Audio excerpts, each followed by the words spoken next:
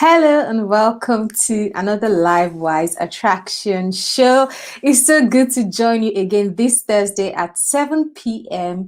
When you join us, please do say hello in the comment section. I'd really like to know who's joining the show today. And also, yeah, feel free to share your comments as you listen. So today we're going to be talking about the love story of Sarah and Abraham. What really hit me when I read their story is just the different roles within their marriage, and particularly what really fascinated me is how Abraham played out his role as the head of the family and how Sarah submitted to him within that structure. It really got me thinking about marriage, and I realized that every institution needs a structure to be successful. For instance, in your at your office, in your work, or if you're a student watching this at school, there are structures. You have lecturers, you have your head of department, or even in the office, you have a manager who probably has a manager. You have an organizational structure that people know about and people use. You have lines of reporting. And these types of structures make these institutions successful. The reason why your organization is still there today is because it has a structure that keeps it going. And that's the same thing with marriage.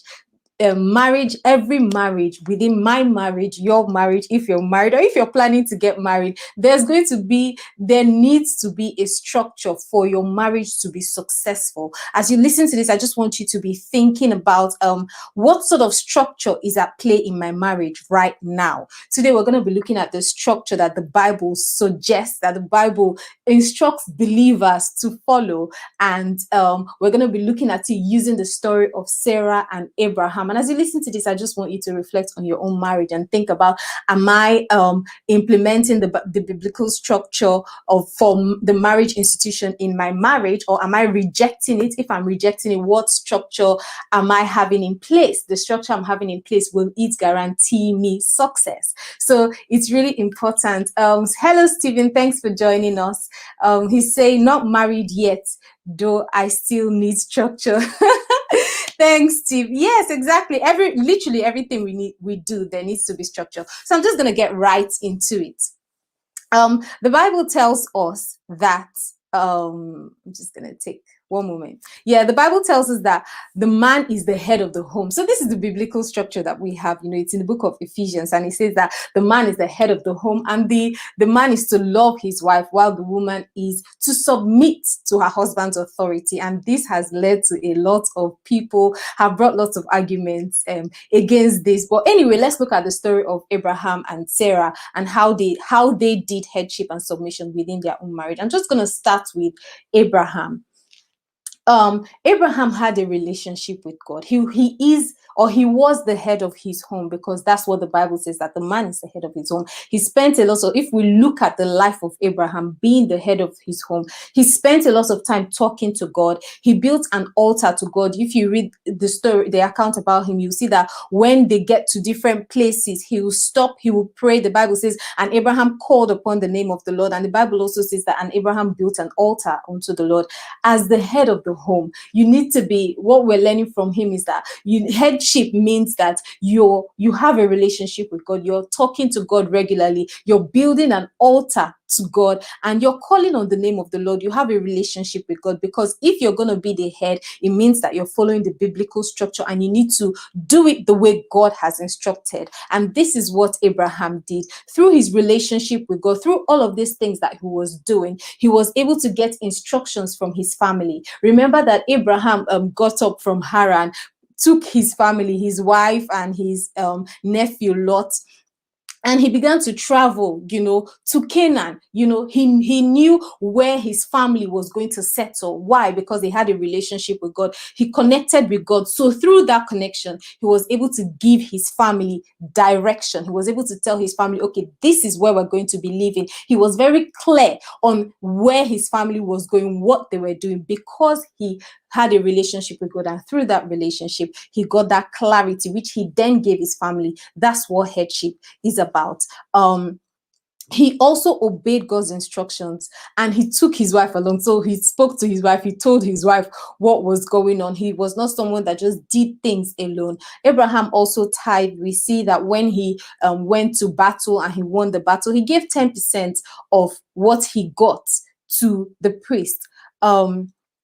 And something significant that Abraham did that really got me is that he refused to accept a reward from the king of Sodom. He helped them. He went, he fought this battle, but he said, I don't want you to claim that you made me rich, or that you're my source. So to me, what I'm seeing here is that Abraham made God his source as the head of the home. His source was not his job. His source was not because he went to a battle, he won that battle, so he's going to get money from there. That was not his source. Even if he was a really rich man, he made money and he was wealthy as a result of the work that he did, God was his source, and so because he made God his source, he did not compromise in certain ways. As the head of the home, every decision that both the husband and the wife makes within a home affects the entire family, but particularly as the head of the home, because you are in the driver's seat, so to say, your decision even have more of an impact on the family. And here Abraham is saying that he's not going to take any reward from the king of Sodom. And we all know that if you've read this scripture, you know that the king of Sodom was someone that the Sodom and Gomorrah, they committed lots of evil and lots of things that were not right, so that's why Abraham refused to collect anything from them. Abraham held on to God for his source. He did not make decisions that will compromise the safety of his family, because if we're to compare, I just want to stop for a moment and compare Abraham with Lot. They both had families. Lot followed Abraham, but there came a time where they had issues. There was a bit of conflict between the headsmen of Abraham and the headsmen of Lot, and they had to separate. Now, I want us to compare the impact of Lot's decision on his family to the impact of Abraham's decision on his family. These are two heads of their own home. So Lot was driven by what he saw. So when Abraham said, separate from me, Lot looked at the land and he said, oh, this land looks so beautiful. It's like the garden of the Lord. I'm going to go there, So he was driven by what he could see with his eyes. Remember, we have already seen with Abraham. Abraham was someone that spoke to God, he communicated with God and he got instruction from God. And based on that instruction, he guided his family. But Lot, on the other hand, he got direction based on what he could see, what he thought was the best, what looked appealing to his eyes. And then he ended up taking his family all the way to Sodom. And look at what happened to his family. Imagine that his wife turned into salt, his daughters were raped, his daughters ended up sleeping with him, so compare the decision that Abraham, that was a man as the head of his home, he was a man that communicated with God, got instruction with God, even refused to take things from someone that did not serve God or did not believe his God, and someone that lived an evil lifestyle. Compare the impact of his decision on his family. Sarah lived to a good old age. Although she was barren, she ended up later on having a child, and she was so happy. The desires of her heart was fulfilled. Abraham was a very successful man. Now compare him to Lot, on the other hand, who is also the head of his home, but he's driven by what he can see. He's driven by what is attractive. And then he goes to this place and ends up destroying his entire family and generations to come because of the decisions he made. So this is what headship is about. I'm not really going to, I'll just continue talking about the lives of Abraham and Sarah. And as you listen, I want you to keep reflecting on your own personal life and thinking about how can I imitate this in my own home as the head of the home. If you're a guy, and if you're a woman, you're single or whatever, this is sort of like a template or an example that you need to be pursuing, wanting to achieve in your own home. So as a husband, Abraham was discerning. Men, whatever decisions you make, it will have implications on your family. It's not just about you anymore. Lot chose what he could see with his physical eyes. His children were raped, like I've said. His wife turned into salt. His daughters ended up sleeping with him. That is so, like, It's just unbelievable what happened to Lot in comparison to what happened to Abraham. And of course, things were not perfect with Abraham. They wanted a child. He ended up going to sleep with what's her name now, Hagar, and through that relationship they had Ishmael, and he had to let his son Ishmael go. Yet he still stood by his wife. He protected Sarah. He made decisions that was for the best of his family. He was not driven by what he saw. As the head of the home, he had a strong connection with God. He consistently maintained his relationship with God, and that relationship produced security for his family. It produced success for him. And it also ensured that the promise that God had given him and his wife came to manifest later. As the head of the home, your goal to be to have an insight, to have a deep relationship with God that gives you insight and direction for your family, clarity and direction for your family. So let's look at Sarah and how she played out submission. How was Sarah submissive with her own role, so to say? So Sarah followed her husband. When he left, remember when he left, I think it was Haran where they were living. When he left there, Abraham didn't have a destination. God said, take your things and go to a land which I will show you. Now, just imagine a man saying to his wife, we are relocating, but we don't really know where we are going. Let's just start traveling. It sounds so silly. The lady might even say, please, you need to get a psychiatric evaluation because I don't know what you're talking about. But look at Sarah. Sarah followed her husband when he had no destination. He didn't know where he was taking them to, but she trusted him and she followed him. That's what submission looks like. Sometimes your husband might say something to you that doesn't make sense, but because you have a husband, this thing about submission and headship is a partnership, and it's something that both parties need to be doing. With headship, you, as the head of the home, as the man in your home, you need to be connected with God, so that when you bring instructions and you tell your wife, this is what we're doing, it's from God and she can trust you and follow you, not where you don't know, not when you're not sure where these instructions came from. So if you expect a woman to submit to you, then do due diligence and ensure that your connection and relationship with God and your hearing from God is right. You're spending that time and doing what you need to do so that your wife can trust you and follow you. So Sarah followed Abraham, no questions asked. Abraham didn't have a destination, but Abraham had a relationship with God. Sarah followed him. And Sarah was barren, as we know. She didn't have a child, but she submitted to her husband's authority. She even called him Lord, and this might have made things easier for Abraham, as he did not have to go through the burden of carrying an unwilling partner. As the wife in the home, if we are following God's structure for marriage as a Christian, this is something that you need to be doing. Following that structure is really important, that we don't make things difficult for the head of the home. It's just similar to if you're working in an organization, your manager is saying to you, this is where we're going as an organization, this is what we're doing right now, and you're lagging behind, you're the one pulling the team down. Marriage is a partnership. It's like teamwork between the couple and with God, and you don't want to be that teammate that is slowing the team down. You want to be the teammate that is pushing things forward. So Sarah, in her own right, she wasn't an unwilling partner. She didn't really struggle, or the Bible doesn't record or tell us that she struggled with submission. Rather, she was very willing and she followed him, and even when Abraham was not working to her best interest. So Sarah was really unique to me, because in the first place, you follow your husband to a place where he doesn't even have a destination. He's just going. He's telling you we are going somewhere, and you follow him. And secondly, he then tells you at some point in the journey when they get to Egypt, this is what I spoke about last week. Abraham then says to her, tell a lie, tell them you're my sister, because they're going to kill you. They're going to kill me if you tell them you're my wife. She goes ahead and she lies for him.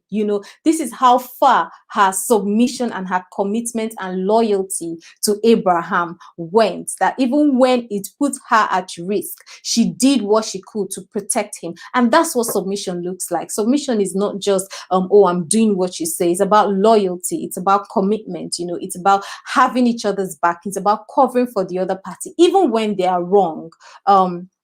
Yeah, and Sarah lied when he asked her to lie, and she followed her husband from Haran. She didn't know where she was going. Sarah was although she was submissive, she was not afraid to speak up. She had a voice. Sometimes people think that, okay, submission means that, oh, I'm just like a sheep that is, I don't know, that they're pulling, going wherever they tell me to go, and I don't have a say. No, within submission, the wife has a say. As we can see with Sarah rather. Sarah told her husband to take her maid servant Hagar and sleep with her so that they can have a child. She had a voice. She spoke her mind. This was her talking to Abraham, telling him what she desired. And Abraham, being the head of the home, he listened to her. Sometimes people mistake headship for control. Abraham wasn't controlling. He exerted his headship in the sense that he led his family and he spent time with God to get direction as to how to lead his family. But he also listened to his wife. He considered her emotions, considered her feelings, and considered her voice. And this is what men need to consider as well. Because when his wife came and told him, oh, sleep with my maidservant so that we can have a child, what did Abraham do? He said to the maidservant, and then not too long after the maidservant had a child, Sarah wasn't happy because she felt that Hagar wasn't treating her well. So she went back to Abraham and said, first of all, she told him God is going to judge between them. This woman is not treating me well. And then later on, when she had her child, she went back to Abraham and told him, send Ishmael away. Now, I want you to, if you've been watching this, I want you to really pay attention to what's happening here. It's so interesting that, sometimes when you're submitting to someone, of course, you have to submit. The wife has to submit. The husband has to be head. But sometimes there's a clash of interest. Like in this situation, Ishmael was Abraham's son. Abraham loved Ishmael so much, and he didn't want Ishmael out of the house, but Sarah wanted him out of the house. Now, as head of the home, if you find yourself in that situation, what would you do? Would you say, oh, I'm head, you don't have a say, keep quiet and do as I tell you to do? What did Abraham do when there was a clash of interests? Did he just exert his authority on Sarah and force her? Abraham went to God. Abraham was unhappy. At that point, he had a choice. He could have just told Sarah, keep quiet. I'm the head of this home. Ishmael is my son. You don't have a child. He's staying in this house. He had that choice. But as head, he didn't do that. Instead, he went to God and he said, God, Sarah is asking me to send my child away. And it was so painful. God told him, do as she says. What did Abraham did? He sent the boy away. Now, this is very important for us to note as we do marriage. What does headship mean to you? What does submission mean to you?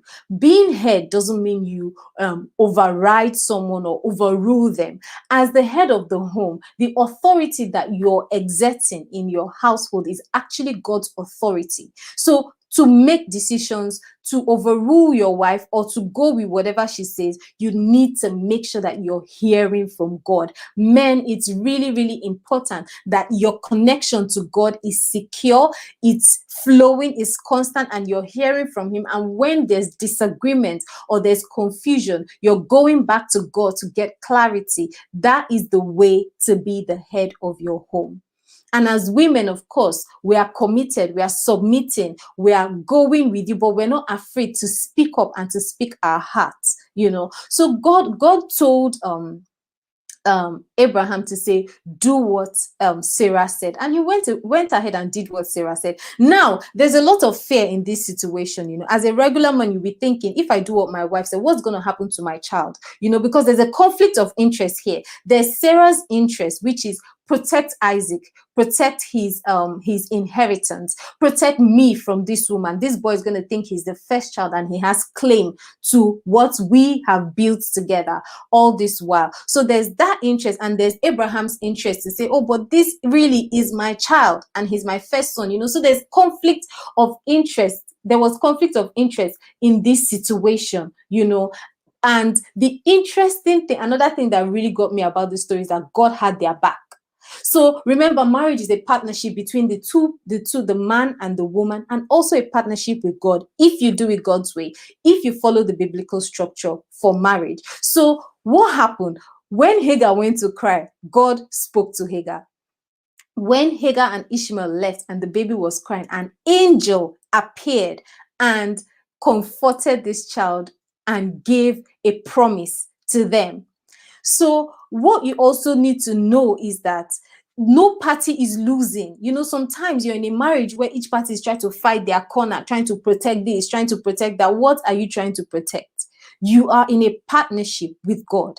And where anybody thinks that they're losing, there has to be that faith and that trust in God that he will cover, that he will protect. God had Ishmael's back. God protected Ishmael. Why? Because Abraham had a relationship with God. So within your marriage, even as we do, because I think that part of the reason why people struggle with the concept of headship and submission is because they think that if I submit to you, are you going to look out for me? If you're head over me, you're going to control me, and sometimes the head thinks, oh, I need to control you so that you do what I want you to do. But no, it's not about that. It's about God. And also know that God covers, God protects, God will be with both of you. And where there are loopholes or there are lapses, know that you're in a partnership with God and he will protect, he will do his thing. So I just want to conclude by talking about, to those that maybe you're seeking the fruit of the womb, maybe you don't have a child, or you have one child and you're desiring another child. There's something that the angels said when they spoke to Abraham, when they visited him. They said, I'll come to you according to the time of life. Now, there's a time of life, there's something there's a shadow. There's a shadow in heaven for every person, So for me, what came to my mind is that we need to decide if we want God's will or God's time, or want our will and our time. And if you're praying, maybe you're seeking a second child or a third child, or you don't have any children at all and you're seeking a child, I want to encourage you. One of the lessons from this story is to pray to God to visit you according to the time of life. The time of life, his own timing. He will make all things beautiful. Sarah was so happy when she had her child in her 90s, but she lived a full, happy, beautiful life as well. So I hope you find this encouraging, and I hope you find it comforting, because when according to the right time and the time of life, I believe that if you pray and you believe, God will visit you in his own timing and in his will and in his plan. So thanks a lot for listening to today's show. If you joined the show late, please watch from the beginning so that you can have an understanding of headship and submission. I believe that is so powerful and it's important for people to understand and also practice this within marriage. And if this is something you're struggling with, I'm encouraging you to pray, ask God for help to help you to be able to practice it, because your marriage needs a structure to succeed. And if you're going to use any structure, you need to use it right. Thanks a lot for watching. I look forward to seeing you again next week, Thursday, as we continue the 5 marriages of the Bible. Bye.